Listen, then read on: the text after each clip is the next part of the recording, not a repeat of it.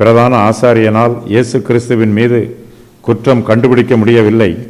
ஆகையினால் அவருடைய வாழ்க்கையிலும் அவருடைய சிநேகிதரிடத்திலும் ஏதாவது குற்றம் கண்டுபிடிக்க முடியுமா என்று எதிர்பார்க்கிறான். கிறிஸ்துவின் சீஷரை குறித்து விசாரிக்கிறான்.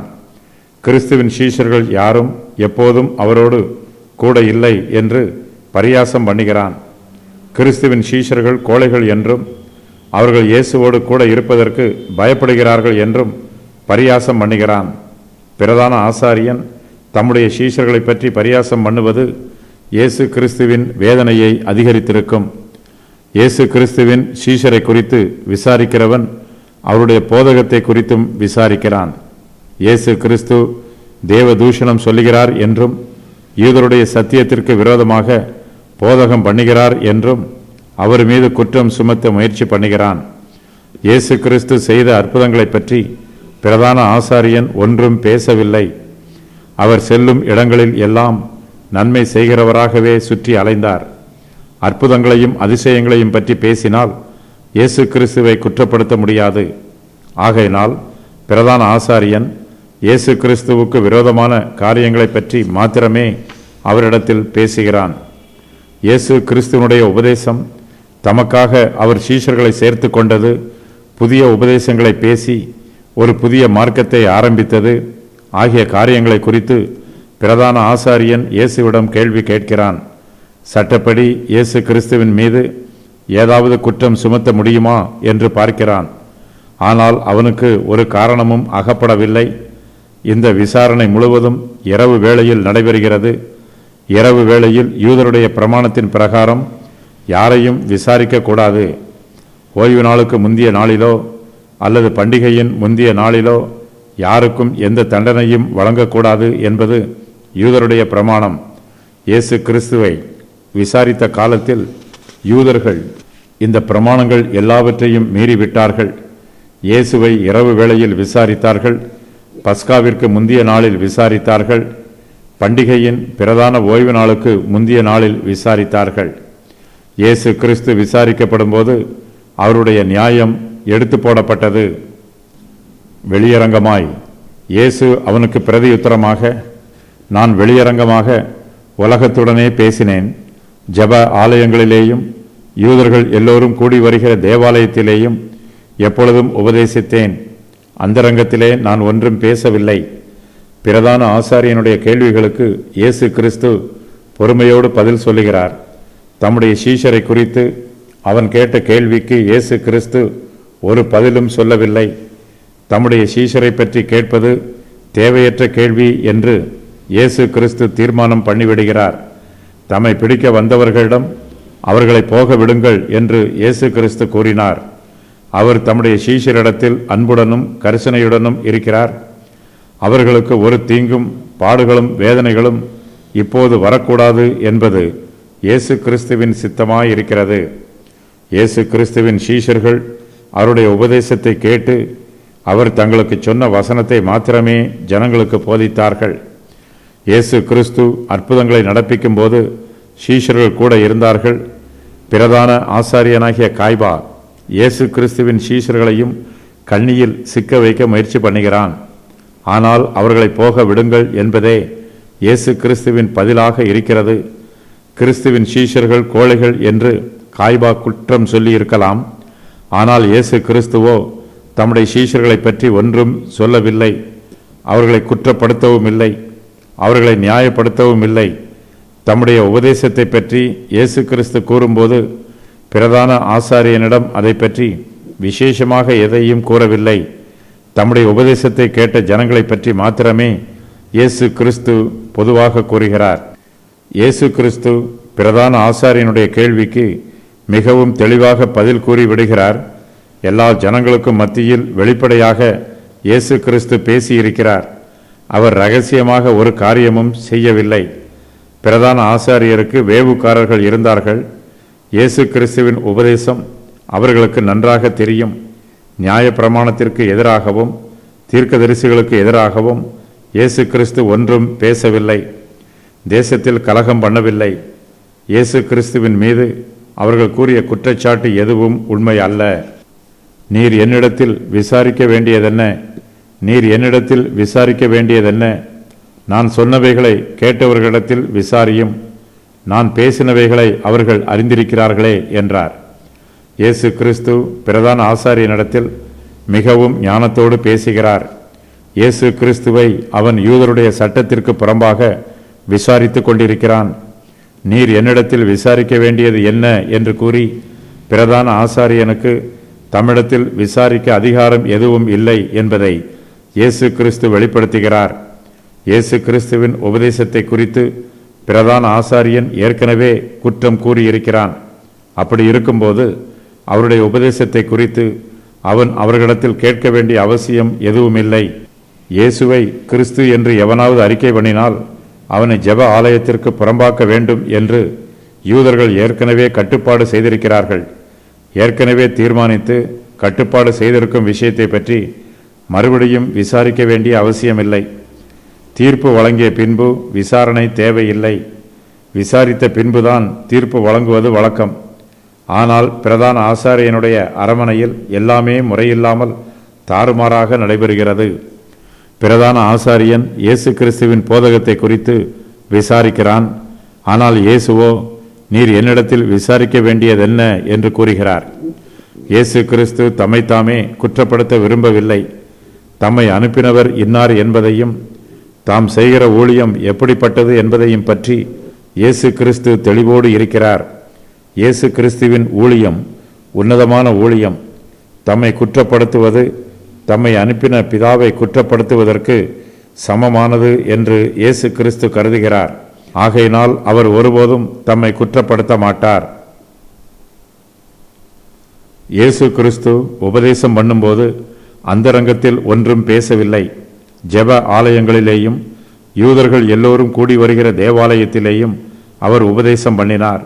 அவர் மறைவாக எதையும் செய்யவில்லை. அவருடைய பிரசங்கமும் உபதேசமும் போதனையும் வெளிப்படையாகவே கொடுக்கப்பட்டது. இயேசு கிறிஸ்துவின் உபதேச வார்த்தைகள் தெளிவானவை, எளிதில் புரிந்து கொள்ளக்கூடியவை. சத்தியத்தை பூரணமாக விளக்கும் வார்த்தைகளையே இயேசு கிறிஸ்து உபதேசம் பண்ணினார். இயேசு கிறிஸ்து ஒவ்வொரு முறை உபதேசம் பண்ணும் போதும் மெய்யாகவே மெய்யாகவே நான் உங்களுக்கு சொல்லுகிறேன் என்னும் வாக்கியத்தை பயன்படுத்தி தம்முடைய உபதேசத்தை உறுதி பண்ணுகிறார். முதலாவதாக தம்முடைய உபதேசம் எப்படிப்பட்டது என்பதை இயேசு கிறிஸ்து விளக்கி சொல்லிவிட்டு அதன் பின்பு தம்முடைய உபதேசத்தை கேட்பவர்களை பற்றி பொதுவாக சொல்லுகிறார். இயேசு கிறிஸ்து உலகத்துடனே பேசினார். காதுள்ளவர்கள் எல்லோரும் கேட்க கடவர்கள் என்பதுதான் இயேசு கிறிஸ்துவின் விருப்பம். சமுதாயத்தில் அவர்கள் உயர்ந்தவர்களாக இருந்தாலும் தாழ்ந்தவர்களாக இருந்தாலும் படித்தவர்களாக இருந்தாலும் படிக்காதவர்களாக இருந்தாலும் யூதர்களாக இருந்தாலும் புற ஜாதியாராக இருந்தாலும் நண்பர்களாக இருந்தாலும் சத்துருக்களாக இருந்தாலும் இயேசு கிறிஸ்துவின் உபதேசத்தை காதுள்ளவர்கள் எல்லோருமே கேட்கலாம். இயேசு கிறிஸ்து தம்முடைய பிரசங்கத்தை பற்றியும் பிரசங்கத்தை கேட்பவர்களை பற்றியும் சொல்லிவிட்டு அதன் பின்பு தாம் பிரசங்கம் பண்ணிய ஸ்தலங்களை பற்றி குறிப்பிடுகிறார். அவர் கிராமங்களில் இருக்கும்போது ஜெப ஆலயங்களில் பிரசங்கம் பண்ணுவது வழக்கம். அவர் எருசலேமுக்கு வருகிற போதோ தேவாலயத்தில் உபதேசம் பண்ணுவது வழக்கம். பல சமயங்களில் அவர் ஜனங்களுடைய வீடுகளிலும் மலைகளிலும் கடற்கரை ஓரங்களிலும் பிரசங்கம் பண்ணி இருக்கிறார். இயேசு கிறிஸ்துவின் பிரசங்கம் ஒருபோதும் மாறுவதில்லை. அவர் வாக்கு மாறாதவர். தனி இடங்களில் பிரசங்கம் பண்ணுவது போலவே அவர் பொது இடங்களிலும் பிரசங்கம் பண்ணுவார். திரளான ஜனங்கள் மத்தியில் பிரசங்கம் செய்தாலும் இயேசு கிறிஸ்துவின் வார்த்தைகள் அதை கேட்கிறவர்கள் எல்லோருக்குமே பிரயோஜனம் உள்ளதாக இருக்கும். இயேசுவின் பிரசங்கத்தை கேட்கிறவர்கள் கொஞ்சம் பேராக இருந்தாலும் அநேகம் பேராக இருந்தாலும் அவர்கள் எல்லோருமே அவருடைய வார்த்தையினால் ஆசீர்வதிக்கப்படுவார்கள். தம்முடைய பிரசங்கத்தை பற்றி ஒவ்வொன்றாக சொல்லிவிட்டு இயேசு கிறிஸ்து தம்முடைய உபதேசத்தை பற்றியும் சொல்லுகிறார். அவர் உலகத்துடனே வெளியரங்கமாய் பேசினார். அந்தரங்கத்திலே அவர் ஒன்றும் பேசவில்லை.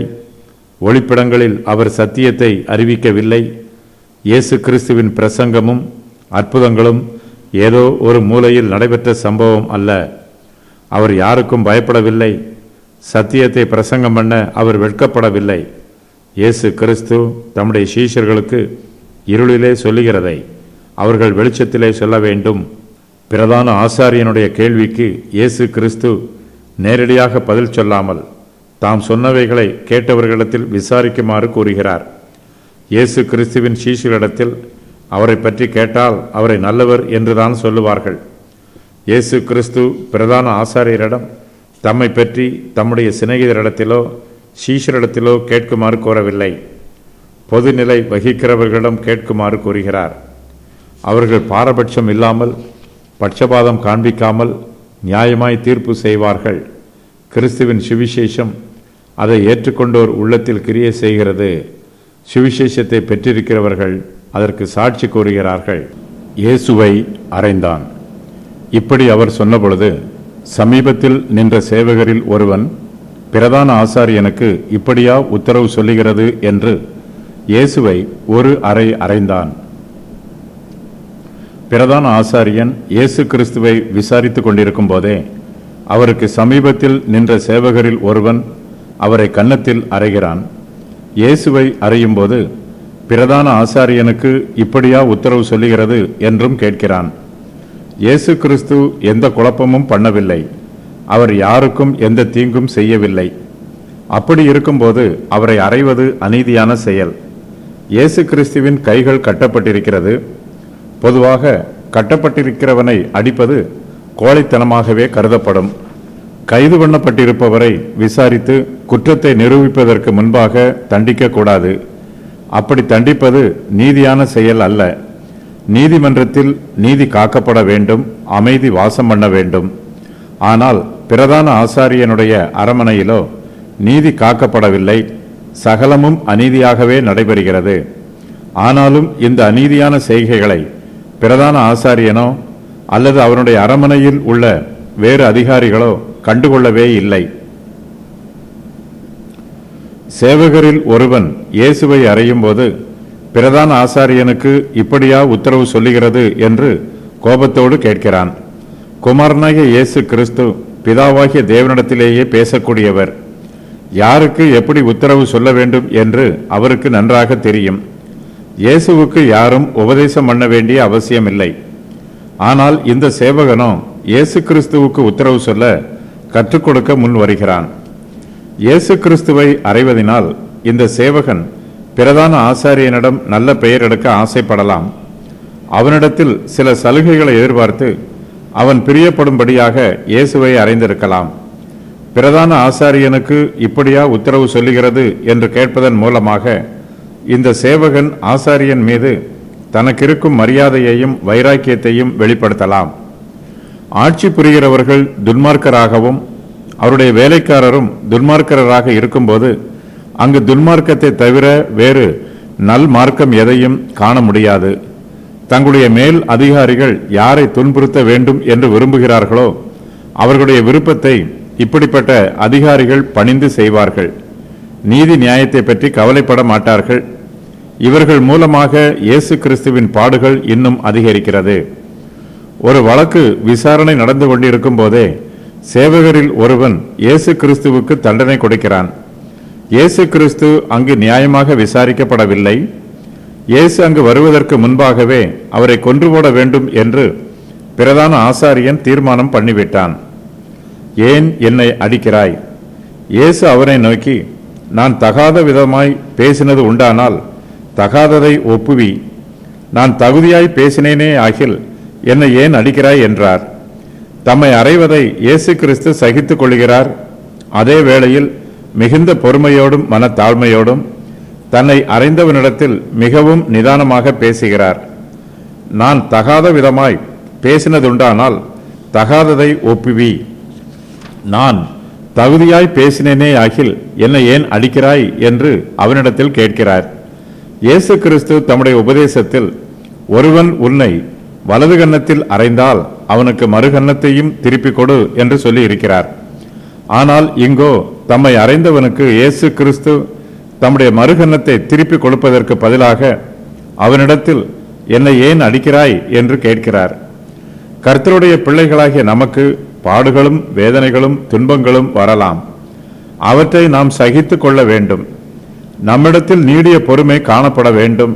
நாம் துன்பப்படுத்தப்படும் போது நம்மை நாமே நியாயம் தீர்த்து கொள்ளக்கூடாது. நாம் துன்பப்படுவதற்கான காரணம் என்ன என்பது நமக்கு தெரியவில்லை என்றால் நம்மை துன்பப்படுத்துகிறவர்களிடம் அதற்கான காரணத்தை கேட்டு தெரிந்து கொள்ளலாம். அதில் தவறு ஒன்றும் இல்லை. இயேசு கிறிஸ்துவுக்கு நேரிட்ட இந்த சம்பவம் நமக்கு முன் மாதிரியாக நியமிக்கப்பட்டிருக்கிறது. நீதியின் நிமித்தமாக நாம் துன்பப்படும் போது பாக்கியவான்களாக இருப்போம். வேதனைகளையும் பாடுகளையும் நாம் சகித்து கொள்ள வேண்டும். பிசாசை சகித்து கொள்ளக்கூடாது. பிசாசுக்கு எதிர்த்து நிற்க வேண்டும் என்பதுதான் வேதாகம உபதேசம். விசுவாசிகளுக்கு உபத்திரவங்கள் உண்டு. அவர்கள் தங்களுக்கு வரும் பிரச்சனைகளையும் பாடுகளையும் சகித்து கொள்ள வேண்டும்.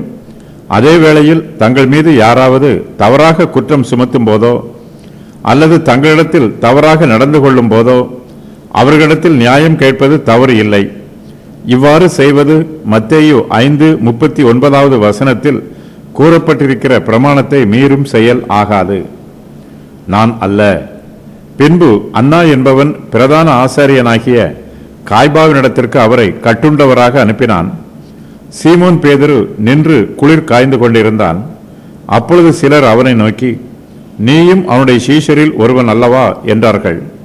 அவன், நான் அல்ல என்று மறுதலித்தான்.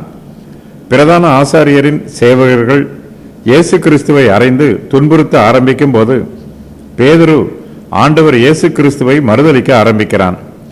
குளிர்காலமாக இருக்கிறபடியினால் ஊழியக்காரரும் சேவகரும் கரிநெருப்பு உண்டாக்கி குளிர் காய்ந்து கொண்டிருக்கிறார்கள். பேதுருவும் அவர்களுடனே கூட நின்று குளிர் காய்ந்து கொண்டிருக்கிறான். அப்பொழுது அவர்களில் சிலர் பேதுருவை நோக்கி, நீயும் அவனுடைய சீஷரில் ஒருவன் அல்லவா என்று கேட்கிறார்கள். அவர்களிடம் ஆம் என்று பதில் சொன்னால் தன்னையும் பிடித்து கொண்டு போய் விடுவார்களோ என்று பேதுரு பயப்படுகிறான். ஆகையினால் நான் அல்ல என்று மொத்தமாக மறுதலித்து விடுகிறான். துன்மார்க்கரோடு கூட்டிச் சேர்வது எப்போதுமே ஆபத்தானது. அதனால் சோதனைகளும் வேதனைகளும் வரும். பேதுரு துன்மார்க்கருடைய கூட்டத்தாரோடு சேர்ந்து குளிர் காய்ந்து கொண்டிருக்கிறான். சோதனையின் வலைக்குள் இவன் தானாகவே பிரவேசித்து அதில் சிக்கிக் கொள்கிறான். துன்மார்க்கரோடு தொடர்ந்து கூட இருக்கும்போது அவர்களுடைய துன்மார்க்கமான கிரியைகள் நம்மை பாதிக்கும். துன்மார்க்கரின் கூட்டத்தாரோடு குளிர் காய நினைக்கிறவர்கள் நல்லவர்களின் கூட்டத்தோடு சேர மாட்டார்கள். நல்லவர்களிடத்தில் ஆவியும் இல்லை, அனலும் இல்லை, அக்கினியும் இல்லை என்று கூறி துன்மார்க்கர் உண்டாக்கியிருக்கும் கரி நெருப்பில் குளிர் காயவே விரும்புவார்கள். துன்மார்க்கரோடு குளிர் காய்ந்தால் முடிவில் நரகத்தின் அக்கினியில் அவிய வேண்டிய ஆபத்து உண்டாகிவிடும். பேதுரு இப்போது இயேசு கிறிஸ்துவை 2ஆம் முறையாக மறுதலிக்கிறான். ஏற்கனவே வாசல் காக்கிற வேலைக்காரி பேதுருவிடம், நீயும் அந்த மனுஷனுடைய சீஷரில் ஒருவன் அல்லவா என்றாள். அவன் நான் அல்ல என்று அவளிடத்தில் பதில் கூறினான். ஏற்கனவே பேதுரு தன்னுடைய ஆண்டவரை மறுதலித்து விட்டான். இப்போது தன்னோடு கூட நிற்கிறவர்கள் தன்னிடம் நீயும் அவனுடைய சீஷரில் ஒருவன் அல்லவா என்று கேட்டபோது பேதுரு அவர்களிடத்தில் நான் அல்ல என்று மறுபடியும் மறுதலிக்கிறான். பேதுருவுக்கு சோதனைக்கு மேல் சோதனை உண்டாயிற்று. பிசாசு ஒருவனை சோதிக்கும் போது அவன் பிசாசுக்கு எதிர்த்து நிற்காமல் தள்ளாடி கீழே விழுகிறவன் போல் காணப்பட்டால் பிசாசு அவனை மேலும் மேலும் சோதிப்பான். பேதுருவுக்கு முதலாவது ஒரு வேலைக்காரி மூலமாக மாத்திரமே சோதனை உண்டாயிற்று.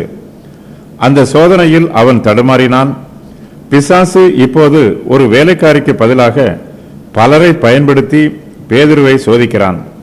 நாம் ஒரு சோதனைக்கு ஒப்புக் கொடுக்கும் போது மேலும் சோதனை வரும். முந்திய சோதனையை விட பிந்திய சோதனை வலுவாக இருக்கும். நாம் சாத்தானுக்கு இடம் கொடுக்கும் போது அவன் நம்மை தாக்கிக் கொண்டே இருப்பான். அவனுக்கு எதிர்த்து நின்றால் அவன் நம்மை விட்டு ஓடிப்போய் விடுவான். பேதுரு இப்போது துன்மார்க்கருடைய கூட்டத்தாரோடு கூட இருக்கிறான். இந்த கூட்டம் எப்போதுமே ஆபத்தான கூட்டம். நமக்கு தெரிந்தவர்கள், நமக்கு அறிமுகமானவர்கள் எல்லோருமே நமக்கு நல்லவர்களாகத்தான் தெரிவார்கள். அவர்களை விட்டுக் கொடுக்க மாட்டோம். அவர்களை பற்றி ஆதரவாக பேசுவோம்.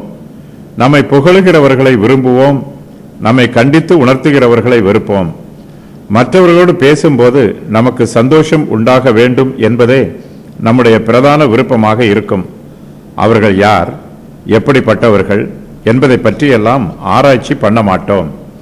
பேதுரு இப்போது தன்னோடு கூட இருக்கிறவர்களை பற்றி யோசித்து பார்க்காமல் அவர்களோடு சேர்ந்து குளிர் காய்ந்து கொண்டிருக்கிறான். குளிர் காய்வதனால் சரீரத்திற்கு உண்டாகும் சுகத்தை மாத்திரமே பேதுரு பார்க்கிறான். தன்னோடு கூட இருக்கிறவர்கள் தன்னிடம், நீயும் அவனுடைய சீஷரில் ஒருவன் அல்லவா என்று கேட்பார்கள் என்பதை எதிர்பார்க்கவில்லை. அப்போது கூட பேதுரு உண்மை பேசாமல் அவர்களோடு கூட பிரச்சனை இல்லாமல் குளிர் காய்ந்து சுகமாய் இருக்க வேண்டும் என்று விரும்பி, நான் அல்ல என்று மறுதலித்து விடுகிறான். நம்முடைய ஆவிக்குரிய ஜீவியத்தில் நாம் யாரோடு ஐக்கியமாக இருக்கிறோம் என்பதில் மிகுந்த கவனமாகவும் எச்சரிப்பாகவும் இருக்க வேண்டும். பேதுரு இப்போது இயேசு கிறிஸ்துவை விட்டு விலகி இருப்பதினால் அவனுடைய விசுவாசம் பலவீனமாயிற்று. பிசாசின் சோதனைக்கு தன்னை ஒப்புக் கொடுப்பது பேதுருவின் பலவீனமான கிரியை. சிறிதும் வெட்கப்படாமல் நான் அல்ல என்று மறுதலித்து விடுகிறான். இயேசு கிறிஸ்துவின் சீஷர்களில் ஒருவனாக இருப்பது பேதுருவுக்கு கிடைத்திருக்கிற மிகப்பெரிய சிலாக்கியம். அப்போஸ்தல ஊழியம் உன்னதமான ஊழியம்.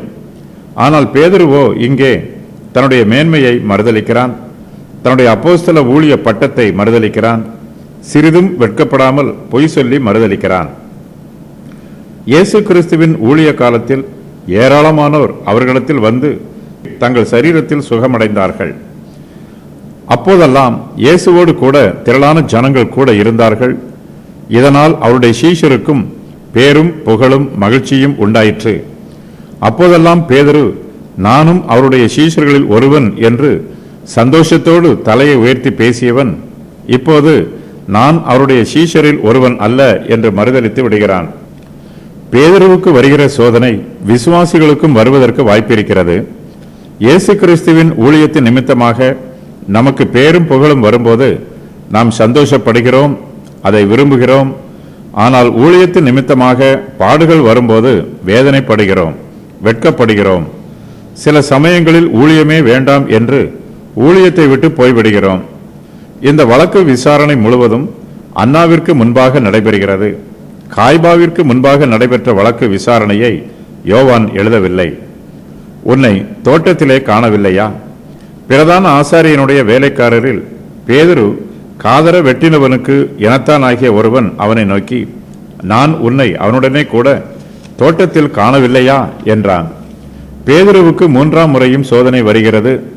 இந்த முறையும் அவன் மறுதலித்து பாவம் செய்கிறான். இப்போது பிரதான ஆசாரியனுடைய வேலைக்காரனுக்கு எனத்தான் ஆகிய ஒருவன் மூலமாய் பேதுருவுக்கு சோதனை உண்டாயிற்று. சேவகர்கள் இயேசு கிறிஸ்துவை பிடிக்க தோட்டத்திற்கு வந்தபோது சீமோன் பேதுரு தன்னிடத்தில் இருந்து பட்டயத்தை உருவி மல்குஸ் என்பவனுடைய வலது காதர வெட்டினான். இவன் பிரதான ஆசாரியனுடைய வேலைக்காரரில் ஒருவன்.